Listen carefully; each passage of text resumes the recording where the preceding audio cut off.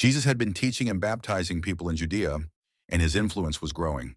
The Pharisees began to take notice, so he decided to leave Judea and travel back to Galilee. Instead of taking the long route around Samaria, as most Jews did to avoid conflict, Jesus chose to go directly through it. This was already a bold choice, as Jews and Samaritans had deep-rooted tension and avoided each other whenever possible. It was around noon, the hottest part of the day. Jesus, tired from the journey, sat down beside Jacob's well near a town called Sychar. His disciples had gone into the town to buy food, leaving him alone at the well. A Samaritan woman came to draw water. This was unusual, not only because she was alone, but also because most women came in the cool of the morning. Her timing may have revealed a life of isolation or shame. Jesus looked at her and said, "Give me a drink." Surprised, the woman responded, "How is it that you, a Jew, ask for a drink from me, a Samaritan woman?" For Jews had no dealings with Samaritans, and especially not with women in public. Jesus replied, "If you knew the gift of God and who it is that is saying to you, 'Give me a drink,' you would have asked him, and he would have given you living water." She looked at him, confused. "Sir, you have nothing to draw water with, and the well is deep. Where do you get that living water? Are you greater than our father Jacob, who gave us this well?" Jesus then gently exposed her heart. "Go, call your husband and come back."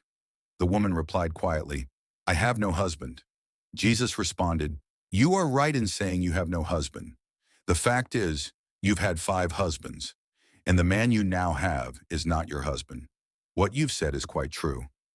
Shocked by his knowledge, the woman exclaimed, "Sir, I perceive you are a prophet." She then turned the topic to religion, saying, "Our ancestors worshipped on this mountain, but you Jews claim the place we must worship is in Jerusalem." Jesus replied, "Believe me, a time is coming when you will worship the Father neither on this mountain nor in Jerusalem. True worshipers will worship the Father in spirit and truth, for the Father seeks such people to worship him." The woman said, "I know that Messiah is coming. When he comes, he will explain everything to us." Jesus looked into her eyes and said, "I, the one speaking to you, I am he." At that very moment, Jesus' disciples returned. They were surprised to see him talking with a Samaritan woman, but no one dared ask him why.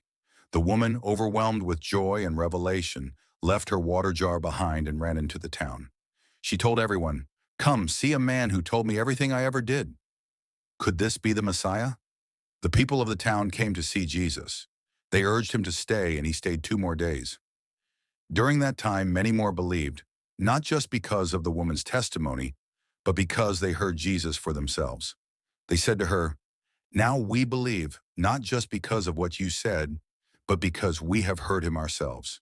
We know that this man really is the Savior of the world."